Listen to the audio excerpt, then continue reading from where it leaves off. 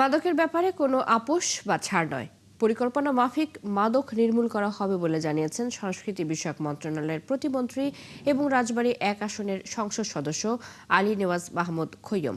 রবিবার রাজবাড়ী জেলা প্রশাসনের আয়োজনে জেলা উন্নয়ন সমন্বয় কমিটির সভা শেষে প্রতিমন্ত্রী এসব কথা বলেন। এ সময় রাজবাড়ী ২ আসনের সংসদ সদস্য হারুনুর রশিদ উপস্থিত ছিলেন। তিনি বলেন, সমাজ থেকে মাদককে চিরতরে না বলতে হবে। এ সময় তিনি জেলা প্রশাসক ও পুলিশ সুপারকে এই বিষয়ে কঠোর নির্দেশ দেন। এর আগে জেলা প্রশাসক সুলতানা আক্তারের সভাপতিত্বে জেলা উন্নয়ন সমন্বয় সভা অনুষ্ঠিত হয়। এতে police super Mohammad Manjur Morshed, civil surgeon doctor S M. Masud সহ বিভিন্ন দপ্তরের কর্মকর্তারা স্ব স্ব দপ্তরের উন্নয়ন কাজের অগ্রগতি সমস্যা তুলে ধরেন। সাহেব এবং এসপি সাহেবকে বলেছি, তারা একটা পরিকল্পনা তৈরি করছেন। মাদকের বিষয়ে আমাদের জিরো টলারেন্স।